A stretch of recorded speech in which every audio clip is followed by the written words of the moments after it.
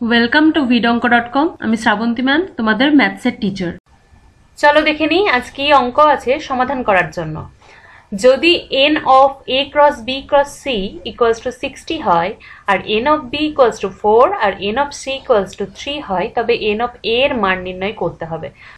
তো এখানে n of a cross b cross c equals to 60 দেওয়া আছে, n অফ b দেওয়া আছে 4 আর n of c equals to 3 দেওয়া আছে।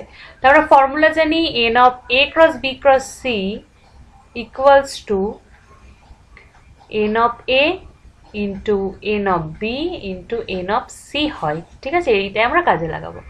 তাহলে n of a equals to হয়ে যাবে n of a cross b cross c divided by n of b into n of c।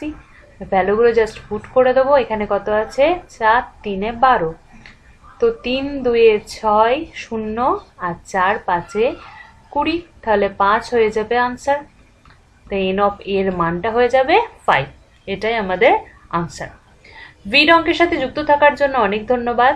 এই ধরনের প্রবলেমের সলিউশন পেতে আমাদের ওয়েবসাইট অবশ্যই ফলো করতে থাকুন।